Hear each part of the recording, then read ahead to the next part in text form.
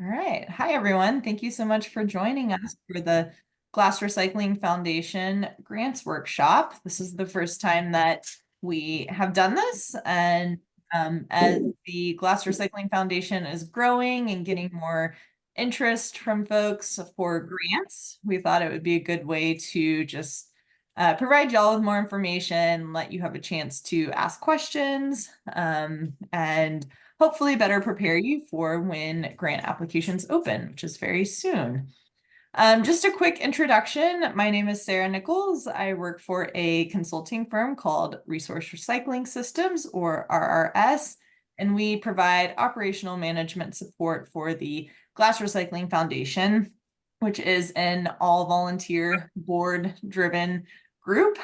So we do all of the back end work, or much of the back end work, to try to keep the group going. And I have John Eichbauer, who's on this meeting as well. He is the treasurer and one of the board members for the Glass Recycling Foundation. And John, I don't know if you want to just say welcome and a few words about the foundation. I will. Sure, absolutely. No, thanks, Sarah, and I'm sure get into some of the background again. To Sarah's point, we have been growing. We've been getting additional funding sources from contributors, companies, other third parties to make donations into GRF. We are a 501(c) organization, so collect some donations that way, as well as from some of our members.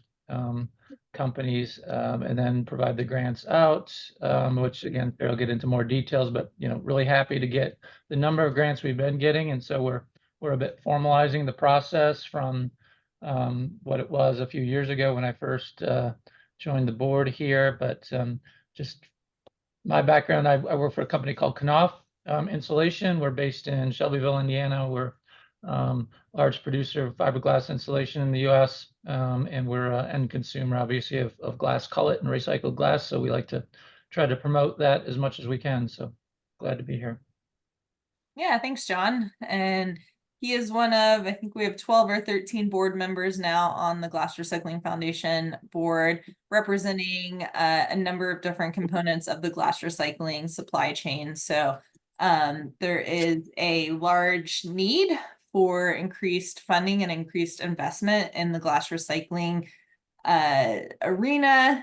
There's a lot of glass that's generated each year, and only about a third of it gets recycled, and some of that actually does get recycled through systems that are already in place may not actually end up at the highest and best use. So the Glass Recycling Foundation was created as a nonprofit foundation dedicated to raising funds for distributing to local governments and nonprofits for intervention and demonstration projects. The Glass Recycling Foundation was actually born of the Glass Recycling Coalition, which I'm sure some of you have heard of and are hopefully members of. As the Glass Recycling Foundation or Coalition felt that there was an increased need for this kind of intervention work and an increased interest from companies to actually support the work that the foundation is currently doing. And I'm just going to ask everyone again, if you can please mute during the presentation, that would be super helpful. We are also recording this, so can send it out afterwards. You are also welcome to input any questions, comments that you might have into the chat throughout the presentation. So I just provided a little bit more information on the background of the Glass Recycling Foundation. As many of you probably know, glass has been a challenging material to work with in the past. We don't like to say it's difficult necessarily, but it does have its own unique challenges, like every material in the recycling system does. Currently, only about a third of glass is recovered for recycling, and like I mentioned, not all of that is necessarily making it to the highest and best use. And 9.2 million tons needlessly goes to landfill. So a lot of opportunity there to increase the recovery and recycling rates for glass. I think the tide is really turning as far as investment is concerned, but in the past we've seen limited investment and limited innovation in the glass recycling system. A lot of barriers for local governments, especially around funding and the economic conditions. And so there just hasn't been a whole lot of investment. And the Glass Recycling Foundation is really hoping to fill some of those infrastructure and funding gaps in the US. A lot of opportunity just based on, one, the amount of glass that is currently going to landfill. So there's a lot of glass generated, but we need to increase infrastructure and education to be able to capture that glass. But glass is really important. It's important to both the, end user and the brands who are hoping to meet corporate sustainability goals. So a lot of the bottlers and perhaps some of the fiberglass companies do have recycled content goals, and they need better glass, higher quantity and higher quality of glass to be able to do that. And this is one way that they are able to help fill that gap is by participating in the GRF as a board member and as a donor. And then those of you who represent local governments, a lot of you all have community zero waste goals that you're trying to work toward. And glass is a big piece of that. Glass is a heavy material, and most of the zero waste goals are going to be based on weight. And glass is going to help you all as local governments get closer to those goals. There's a lot of opportunity to partner on the regional level with different communities. I'll talk more about some of the projects that have taken place in the past couple of years, and specifically one regional project that the GRF was able to be a part of. Glass is having recycled cullet or recycled glass as a feedstock for manufacturing can significantly decrease the amount of greenhouse gas emissions that go into manufacturing new materials. And glass helps create circular economies. Glass is a very regional circular loop, and that means that a lot of the glass that is generated in one specific region oftentimes stays in that region. So it is supporting local jobs and supporting the companies that do business in that specific region.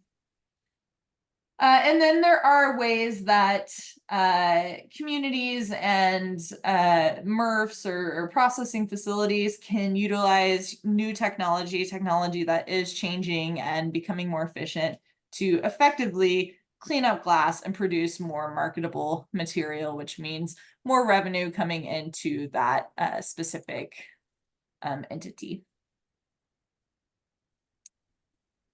So I just wanted to include some of the impacts from the Glass Recycling Foundation from last year, 2023. As John mentioned, the foundation has really grown a lot, especially over the past 2 years. It went from funding or receiving only a couple of applications a year to receiving in 2022, I believe it was 20 something applications to the nearly 50 applications that the GRF received last year for funding. So huge increase in the need and the GRF's ability to get the word out about these grants. So that's really exciting. It also means that we're trying to, like John mentioned, make things more efficient, tie up the process, and really get more information to you all ahead of time so that you can make a decision on whether or not you're ready to apply for a Glass Recycling Foundation grant. In 2023, there were 1,659 tons diverted from projects that took place during that calendar year. And then more than $152,000 awarded for 11 projects, many of those which are taking place in 2024 currently. The GRF received $142,000 in donations from companies like Knauf and other bottlers and brands. They also are currently in a partnership with an online retail website essentially called The Bar, which is a program of Diageo, which is a group that represents a number of different brands that bottle in glass.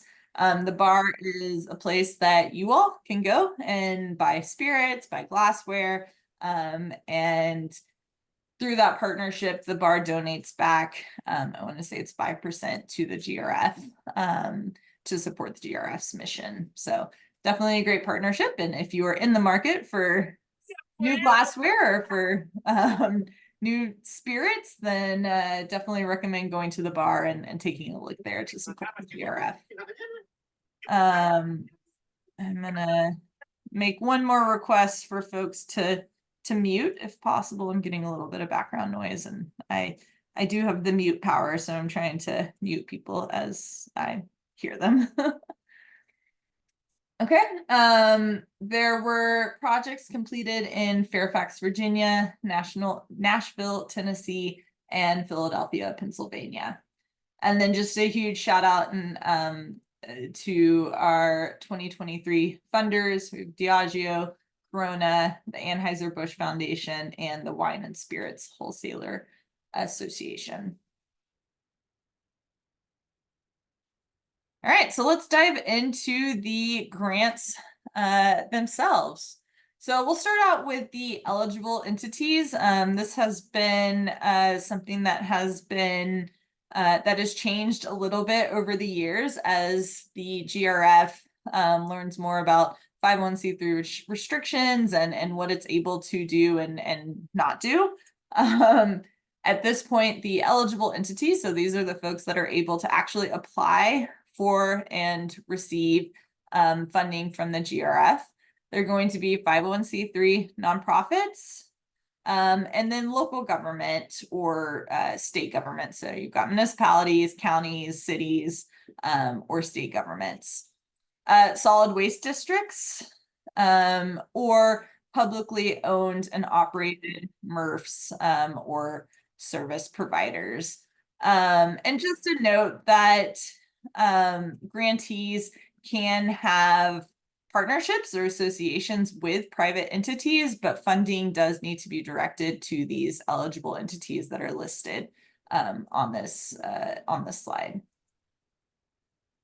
I just wanted to list out some of the previous and current grant recipients to give you all an idea of who has applied for and received funding from the Glass Recycling Foundation. So a lot of cities, a lot of counties, and then a few nonprofits as well. Justice Industries in the Nashville area, they do glass recycling collection at bars and restaurants, but their nonprofit supports underserved workers or folks who maybe would not be able to find a job elsewhere.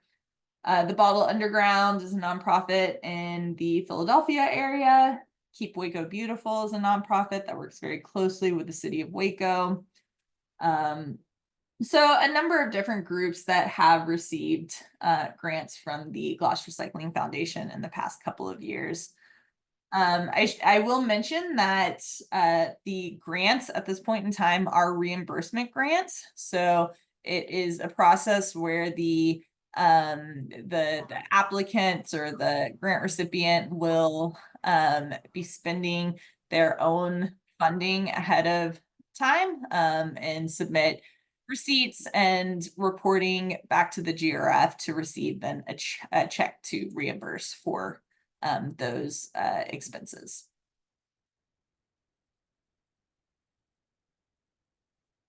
Okay, so we talked about who can apply for a GRF grant. So let's talk about some eligible projects. And these examples are not the end all be all to what the GRF can or is willing to fund. They just are meant to give you all a little bit more of a concrete idea of where that grant money can go.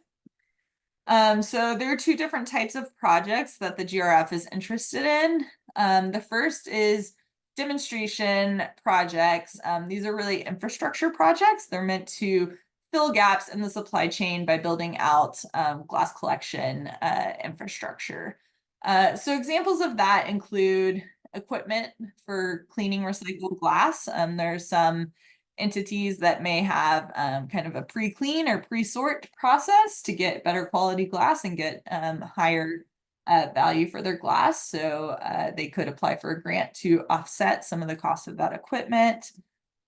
Something that the GRF has funded often in the past is just simple collection containers for glass drop-offs. So a lot of the areas that may not have curbside glass recycling collection do try to supplement that by having a drop-off center that takes glass, and the GRF can help fund the build out of that drop-offs area. Setting up regional strategies for building out collection and storage infrastructure. So that's kind of a fancy way of saying hub and spoke recycling.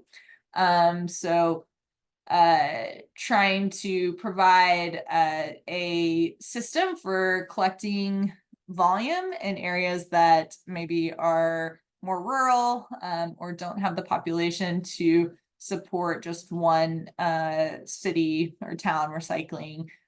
This way you can have multiple towns recycling and aggregating glass at one specific location and then moving that glass to a market. And then the second kind of project that can be funded through GRF are education projects. So pretty straightforward. These are projects that educate the public about the benefits of glass recycling and improve the quality and quantity of glass being recycled. Examples include developing signage for recycling drop-offs, doing public education outreach by developing and disseminating ads, and doing public education campaigns about glass recycling. And then, potentially providing training to local leaders about glass recycling. If, maybe you're a state government and you're interested in increasing the amount of glass recycling in your state and maybe demystifying certain ideas that are held about glass recycling, this could be a way to do that, bringing the municipal leaders and county leaders together to learn more about glass recycling in the hopes that they act on that information. I am going to pause really quick and see what is in the chat, see if anyone has any questions on those first couple of slides. The first question is, does the GRF have a goal for how much it wants to grant each year? That is a great question. The GRF does not set a specific goal. They do budget for a certain amount, but a lot of that is going to be based upon the fundraising goals for that specific year, and then the quality of applications as well. So, the GRF may get 20 applications, but they may not decide that a lot of those are worthy of spending that kind of investment on them. So it's really going to depend on the quality and quantity of applications in addition to the amount of money that the GRF is able to raise each year. And then will the slide deck be provided for this presentation? Yes, we are recording this and we'll send this out afterward. Are there time deadlines for applications, and are there minimum and maximum grant amounts? We will get into that in a slide in a couple of minutes. All right. Just some pictures to put a little bit more of a visualization around some of the things that we talked about on the last slide as far as eligible projects are concerned. So a couple different projects represented here that were complete in 2022 and 2023. This first picture, the upper left-hand side of the screen, those are glass recycling totes that were funded through the GRF. This was a City of Fairfax, Virginia, education and outreach program. They heard from their residents that they really needed a better way to transport glass to the local recycling drop-off. And so they purchased these very thick, heavy-duty bags that residents could use. They handed them out alongside additional education for the residents. On the lower left-hand side of the screen, you have the City of Stillwater, Oklahoma. They used a GRF grant to build out what we call glass on the side program, or separate curbside glass collection. So they did not have glass included in their curbside single stream recycling mix, but wanted to provide a convenient way for residents to recycle glass without actually having to go to a drop off. And they purchased these recycling totes that residents are able to put out aside their trash and recycling container, so that the city can collect all that glass separately, getting a much higher quality out of that separate glass collection. And then these three photos on the right side of the screen are all photos from North Carolina. So the GRF partnered with the North Carolina Department of Environmental Quality to co-fund a few different grants in North Carolina. Grants went to Pitt County, the village of Pinehurst, and Moore County, all aimed at increasing and expanding their drop-off systems, with the intent of creating more of a hub and spoke glass recycling program for those communities that are more rural. So the grant funds were used to purchase containers. They were used to build out this is a concrete pad for one of the containers. So they were able to use funds for that actual pad and the infrastructure around the container. And then this container on the right, they were able to use funds to provide increased accessibility for the residents by building this little stairway, so that it is not a deterrent for people who maybe can't lift a lot of glass, because glass is obviously heavy. So that was an example of a more regional approach to grants. And if you are interested in having a project like that funded, just let me know, and we can talk a little bit more about what that might entail. Just since there is a cap on funding, the regional grants might look a little bit different. But that was just one example of what a regional grant could entail. I'm gonna look at more questions that came in. Can grant requests include a demonstration project, including an education component? Definitely, that happens a lot, where maybe 15,000 of the grant is going toward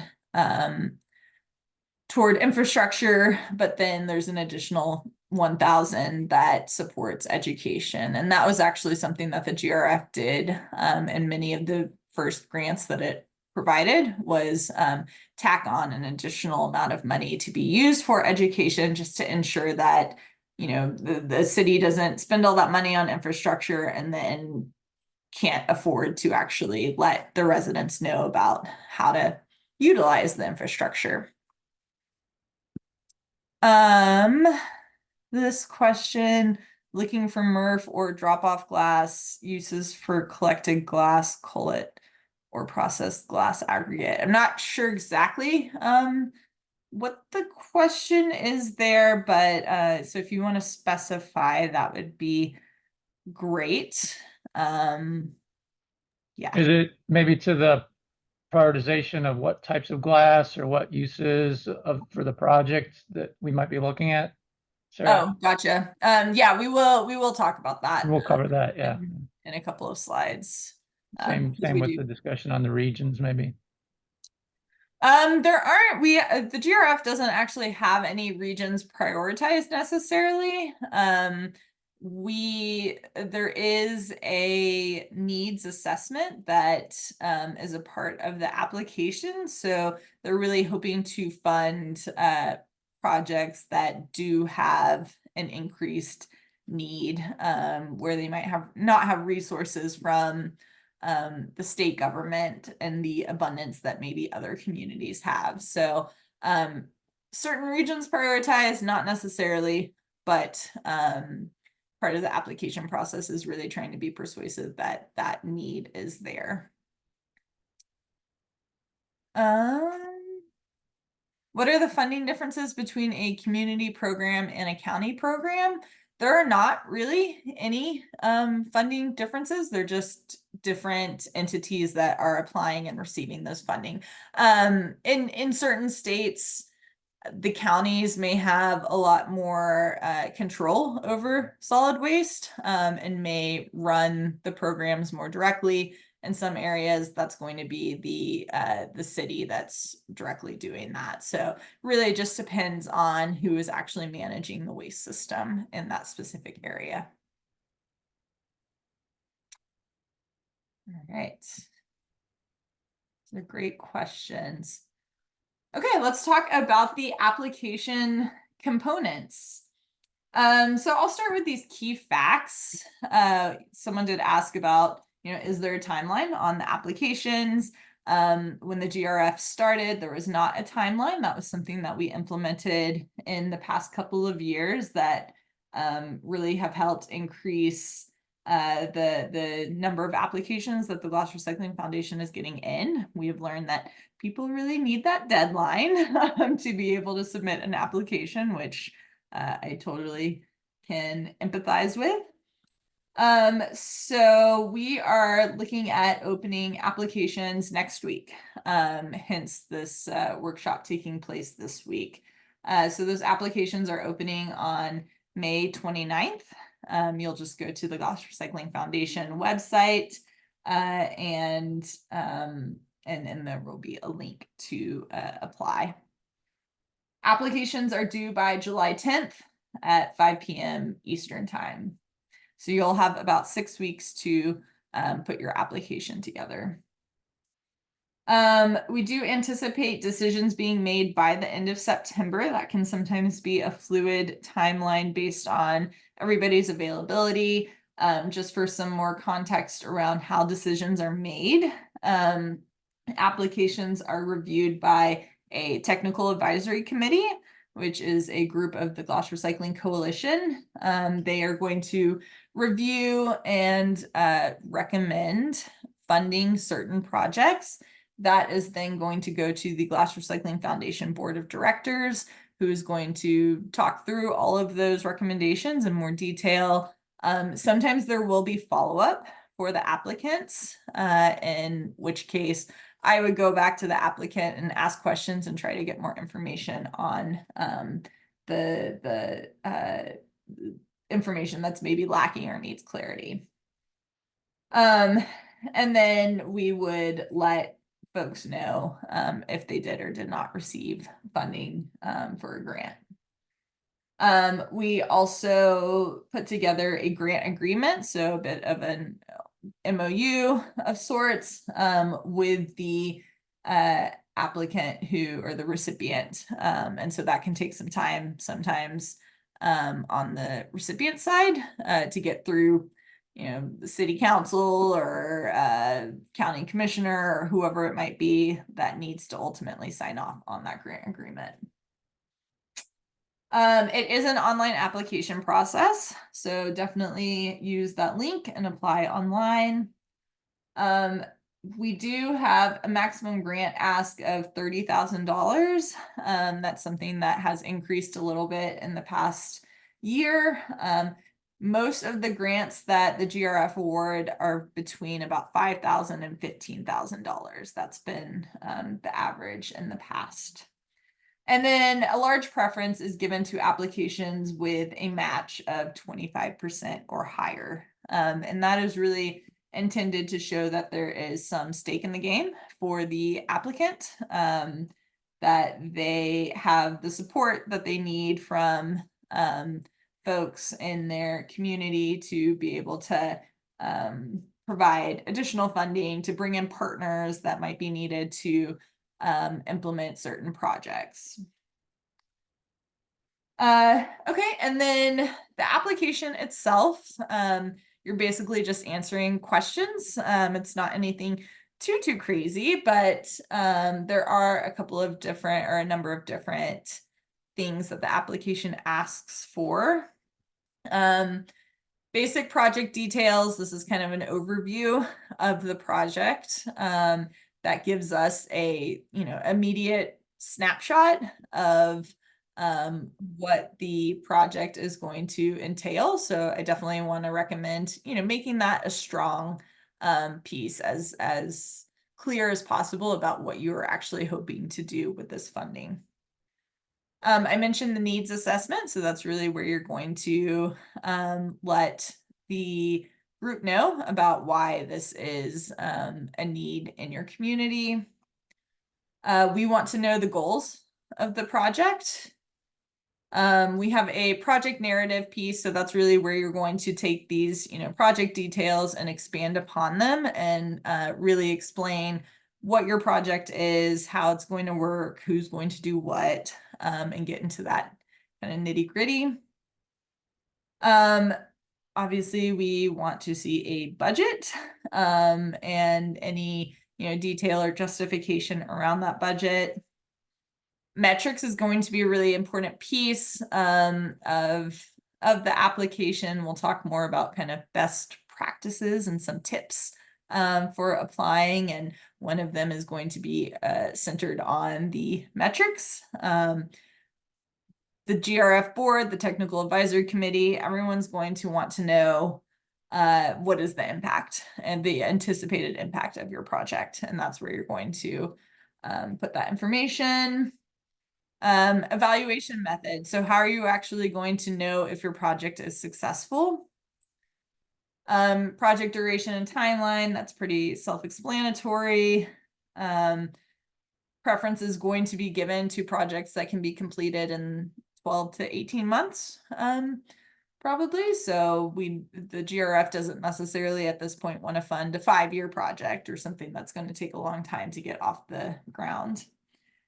And then project sustainability. So, after the GRF funds this initial build out of infrastructure or whatever it might be, how are you as the recipient going to keep that project going? How is it going to be funded in future years? If it's a volunteer project, how is the nonprofit going to, or the group going to try to get more volunteers? So how does that project continue into perpetuity so that the GRF funds are utilized well?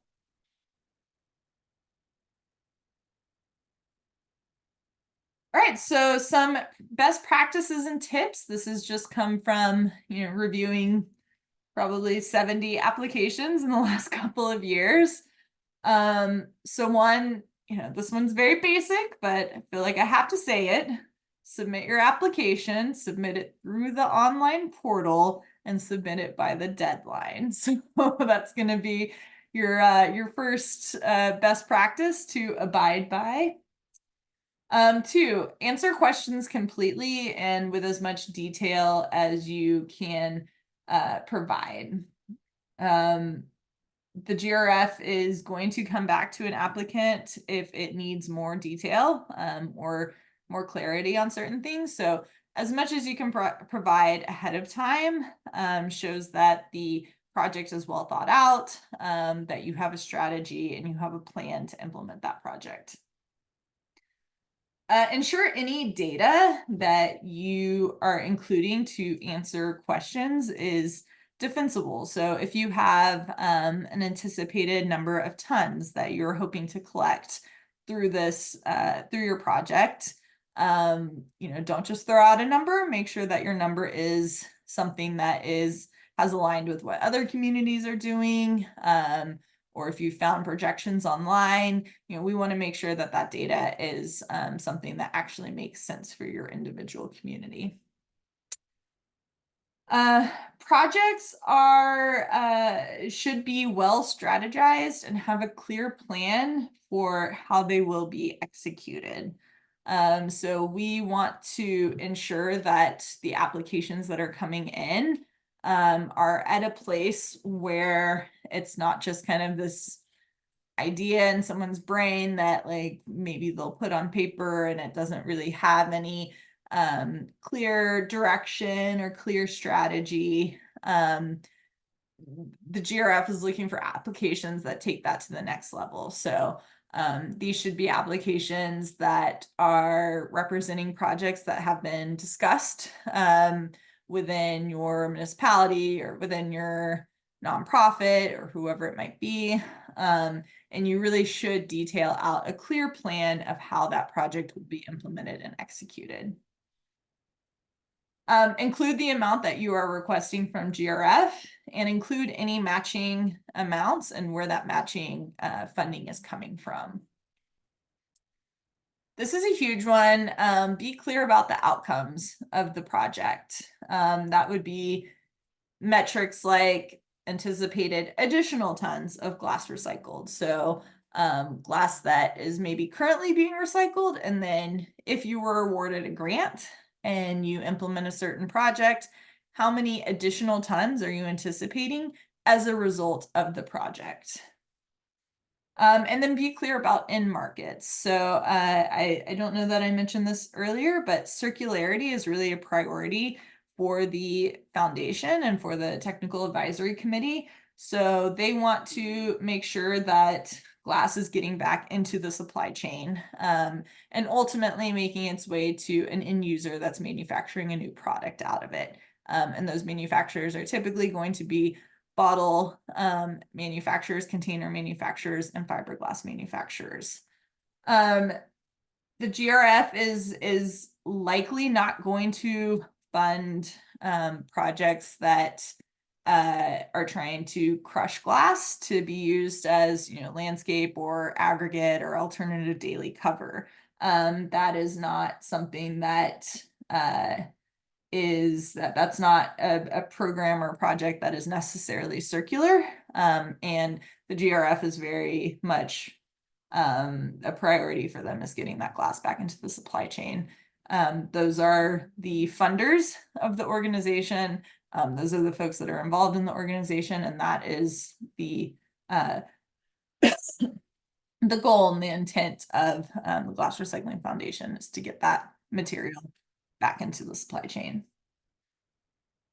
And then this last one, just make sure that the contact person, this may not be the person who's actually filling out the grant application, but when it asks for a contact person, make sure that they are the right person to follow up with for any additional questions. Like I mentioned, the board or the technical advisory committee might have some clarifying questions for the applicant, and we want to make sure that those questions are able to be answered in a timely fashion, and that we are able to get a hold of the right person who can provide that additional detail for us. And then I just wanted to mention an additional thing about metrics and outcomes. Some of the metrics that you want to be looking at, and this is really meant to help the technical advisory committee and the board kind of compare apples to apples, different grant applications and prioritize who they are interested in funding. But detailed metrics that you want to look at and include, obviously tons collected and tons sent to which specific end markets. Also want to look at, dollar per ton investment calculation. So if you are thinking about applying for a GRF grant and you know, you want $20,000 to for an additional 50 tons of material, for example. That dollar per ton investment is not necessarily high. And chances are there's going to be a number of grant applications that do have a dollar per ton investment that is much higher than that. So just something to think about when you are considering applying for a grant or how to communicate the impact of the grant. That is one way to do so. Also being clear about population served, either, you know, number of people or households. And if those are, you know, currently served by this project, or if they will be new or additional households and populations that will be served through this project.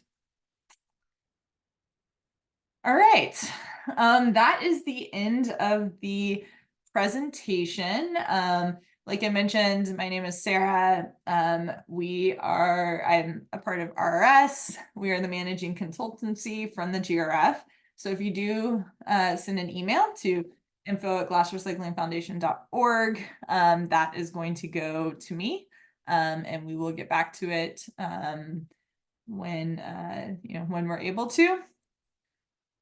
And then I'm going to look at the chat to see what other questions you all have. How long will you need to track and report post-project? So that's a great question. At a minimum, we're looking at a year, or the next calendar year, essentially. So that may be a little bit more than a year. But when the GRF does do its impact report and really looks at what it has funded and the impact that that has had in the US, it's wanting to account for as much as possible. And that is, you know, at least for that calendar year. And then we would recommend tracking into perpetuity, really. You should have that data or that information. You should be receiving it from your MRF, from your end market, whoever it might be. And I will typically go back every year at the end of the year and ask grant recipients, even if it's been a couple of years since they received funding or finished their project, we still want to know how successful that project is. And that can help the GRF then make more strategic investments based on how previous grants have gone. Questions about, can the funding be used for staff time or facility space? Yes. I think when you're looking at budget, I would try to make sure that your budget is well-rounded if you are trying to do staff time. I would recommend, it's probably not the only thing that is in the budget, that you're supplementing it with some infrastructure outreach items, etc. Is this a reimbursement grant? It is a reimbursement grant.